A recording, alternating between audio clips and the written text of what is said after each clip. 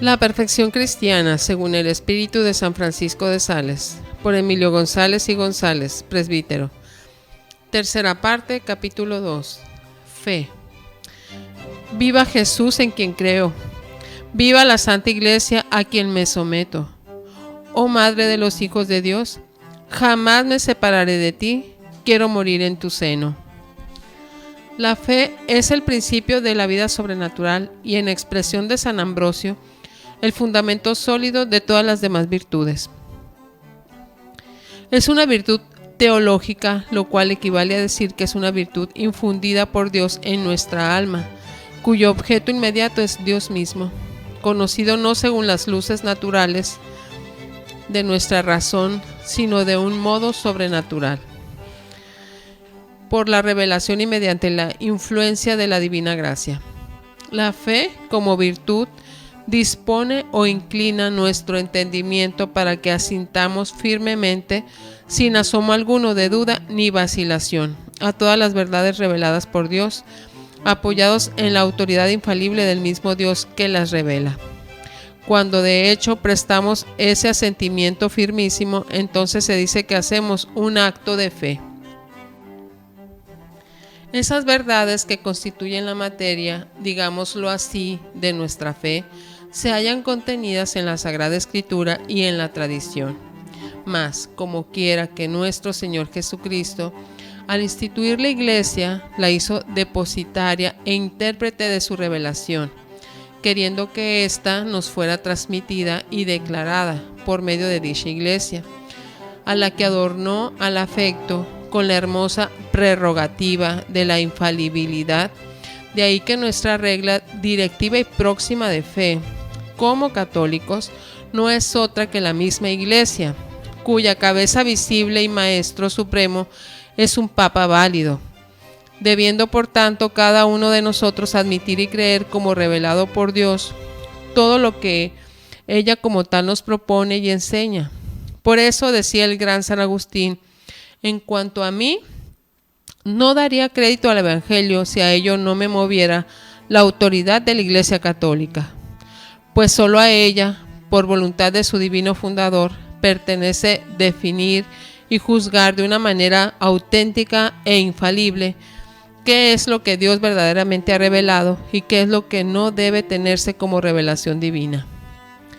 Siendo el motivo de nuestro asentimiento a las enseñanzas de la fe, no la verdad intrínseca de las mismas, percibida por la luz del entendimiento, ni ninguna otra causa criada, sino la autoridad del mismo Dios, que las ha revelado, el cual no puede engañarse ni engañarnos, nuestra fe debe ser sencilla, universal, firme e inquebrantable, aun cuando se trate de misterios que sean enteramente inaccesibles a nuestra inteligencia, como el de la transubstanciación eucarística, o que parezcan contradecir a la razón, como el de la Santísima Trinidad.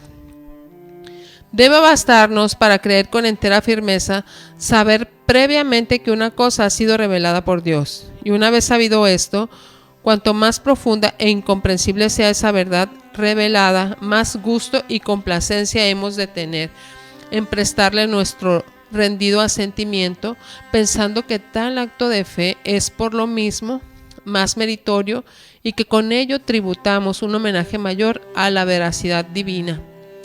Santa Teresa de Jesús solía decir que aquellas verdades de la fe que más se levantan sobre nuestra razón natural, creíalas con más firmeza, con mayor devoción y más sosiego de su espíritu, porque en ellas reconocía un carácter más propio de la grandeza infinita e incomprensible de Dios.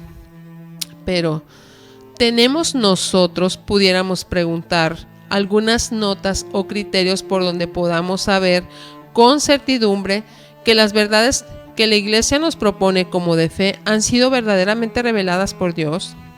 Sí, tenemos diversos motivos evidentes de credibilidad, a saber, en primer término, los milagros propiamente dichos de nuestro Señor Jesucristo, relatados en los evangelios, y las profecías cumplidas con las que han sido confirmadas tales verdades, profecías y milagros tan verdaderos y auténticos que no se puede razonablemente dudar de los mismos, si no queremos poner en duda todos los hechos evidentemente comprobados en la historia, cayendo en el más universal y absurdo escepticismo.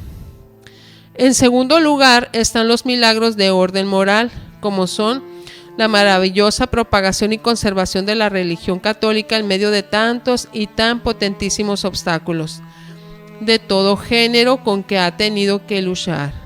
El testimonio elocuentísimo de millones de mártires, los efectos admirables que el cristianismo ha producido en el mundo y en fin, la misma excelencia y santidad, la misma sublimidad y belleza en interna de su doctrina.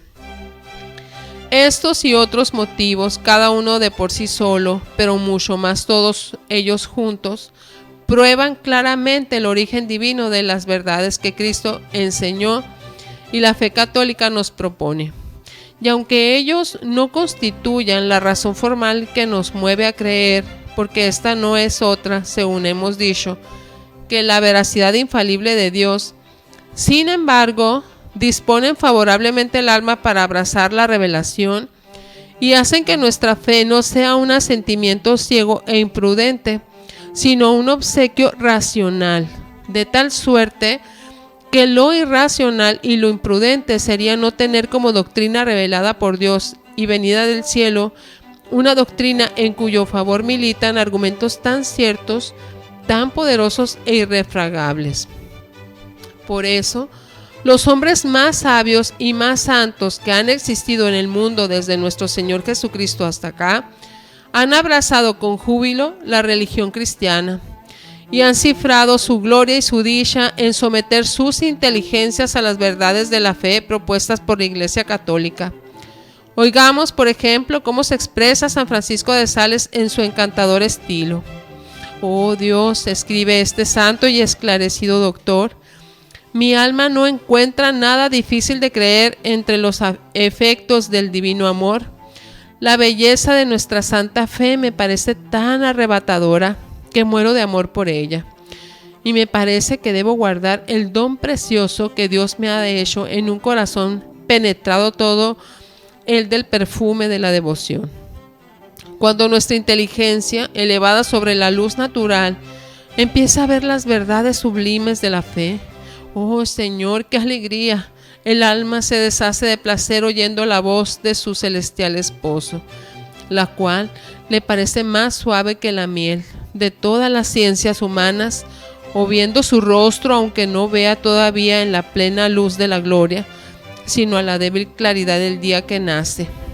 Oh, cuántas delicias comunica al alma la santa luz de la fe, que mueven con certeza incomparable no solo el origen y destino de las criaturas, sino la generación del Verbo Divino, que con el Padre y el Espíritu Santo en un solo Dios, adorado y bendito por los siglos de los siglos.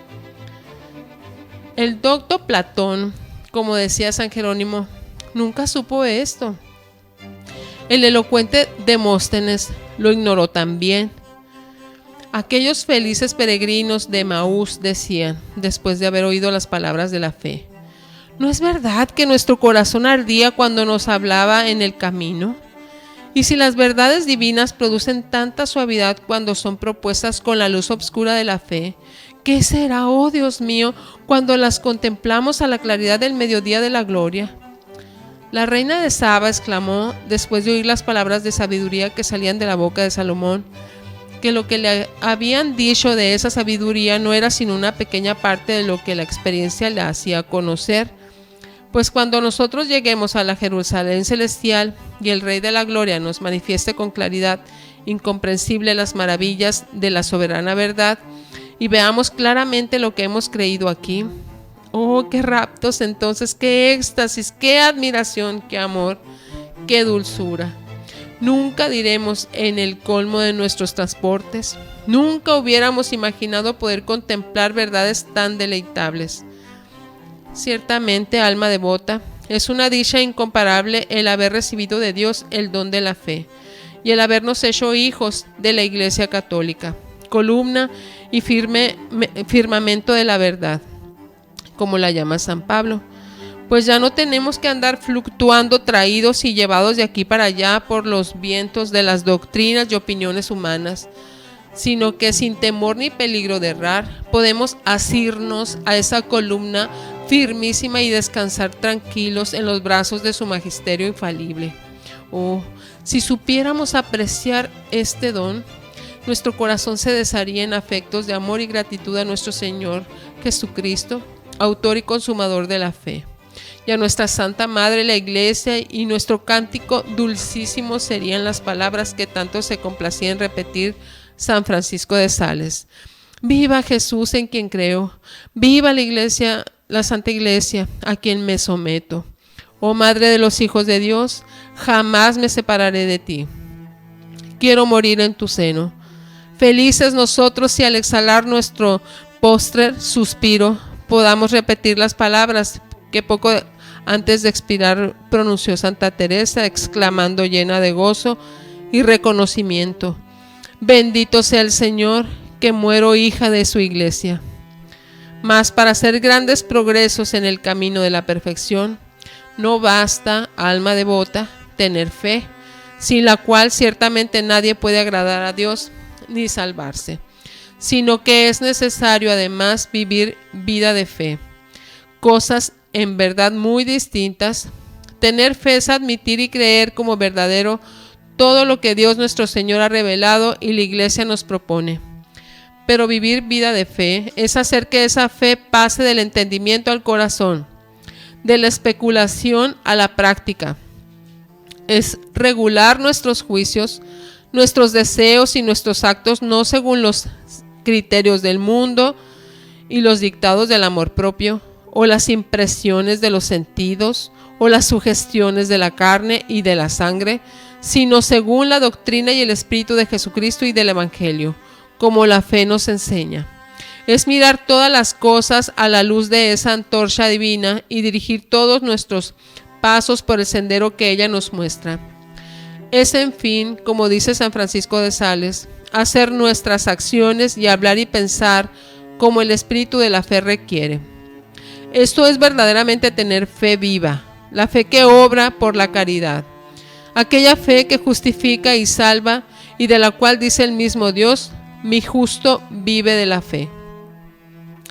Si preguntáramos a un católico tibio y a un relajado y mundano por la fe que profesa, nos respondería sin vacilar que cree y admite todas y cada uno de los artículos que propone nuestra Santa Madre la Iglesia, de manera que doctrinal y especulativamente su fe es tan íntegra como la de un hombre santo. Sin embargo, qué distinto es el estado interior y la conducta externa del uno y del otro. Qué distintas luces, qué distintas apreciaciones, qué distintos pensamientos, sentimientos y afectos, qué distintas las miras, las palabras y las conversaciones de ambos. Qué distintos, en fin, todos sus actos. Es porque el católico mundano tiene fe, sí, pero no vive vida de fe. En cambio, el varón santo tiene fe y vive de su vida y de su espíritu. Una de las máximas de San Vicente de Paúl era que el poco adelanto de la virtud proviene de que no nos apoyamos bastante en las luces de la fe, haciéndolo con exceso en las razones humanas. De este gran santo escribe su biógrafo, el ilustrísimo señor Abegui. Además de la pureza, sencillez y firmeza de fe en que sobresalió Vicente, puede añadirse que tenía plenitud absoluta de ella. Toda vez que su fe no solo iluminaba su inteligencia, sino que llenaba también su corazón y comunicaba vida a sus acciones, palabras, afectos y pensamientos, obligándole a obrar en todo y donde quiera según las verdades y máximas del Evangelio de Jesucristo.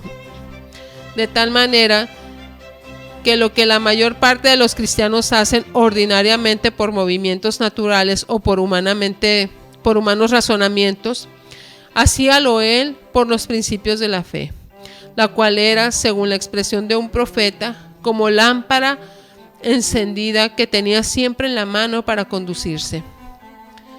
Don particularísimo recibido de Dios era sin duda el saber aplicar la luz de la fe en todo linaje de casos y ocasiones, aun en asuntos puramente temporales, los cuales nunca emprendía sino por motivo que la fe le inspiraba, conduciéndose en ellos alumbrado por esta luz y siempre refiriéndolos a fines sobrenaturales por la misma fe.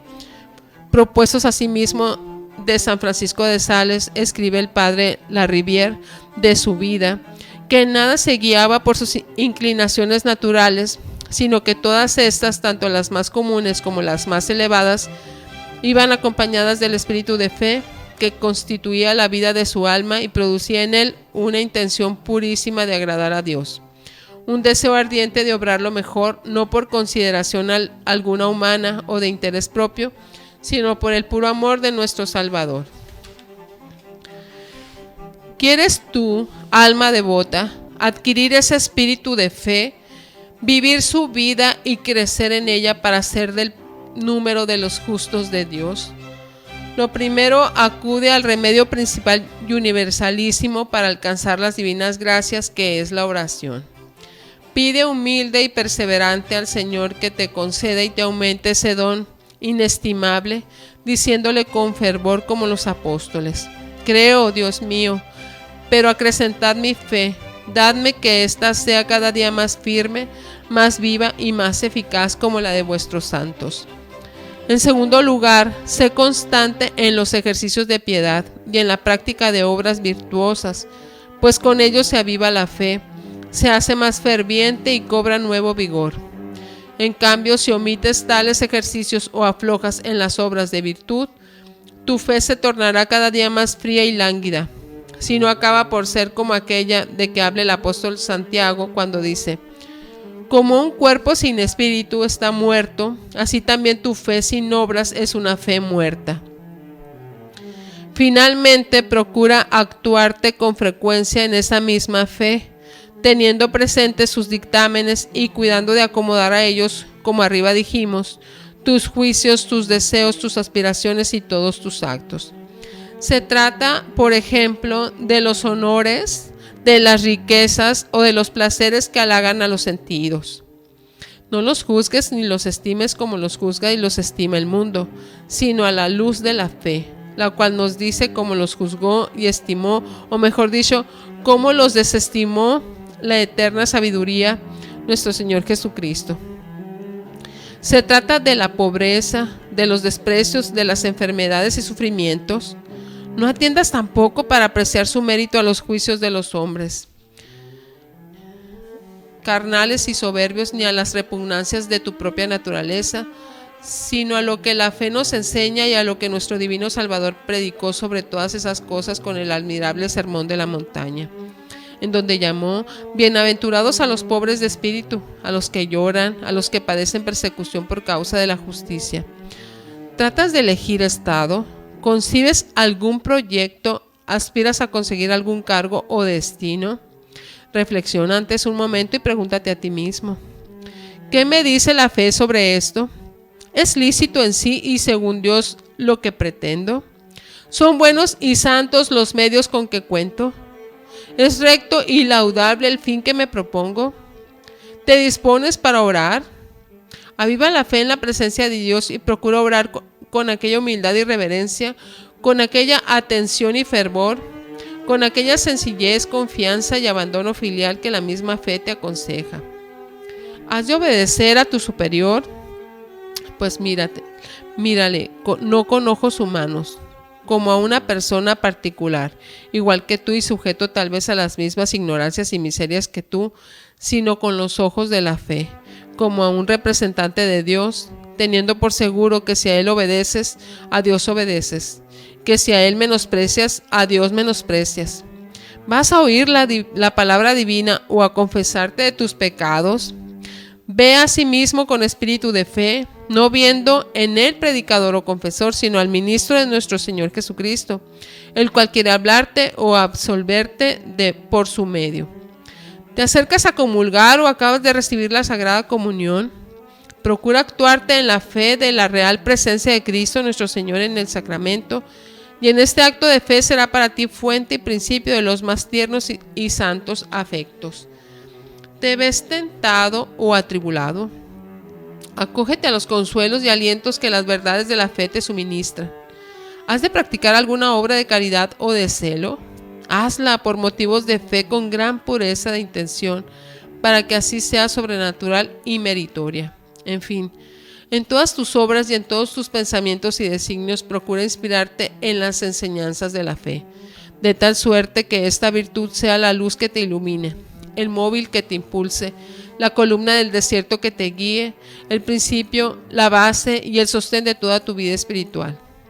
Tal vida de fe es el carácter distintivo de las almas santas, de los verdaderos hijos de Dios, que en todos se rigen movidos del Divino Espíritu, como dice San Pablo. Resolución. Procuraré fomentar en mí el espíritu y la vida de fe, pidiéndole a nuestro Señor, haciendo frecuentes actos de esta virtud y habituándome a obrar no por motivos naturales, sino por motivos sobrenaturales, suministrados por la fe. Jaculatoria. Acrecentad en mí, Dios mío, el espíritu de la fe y concédeme la gracia de vivir y morir en la fe de la Santa Iglesia Católica.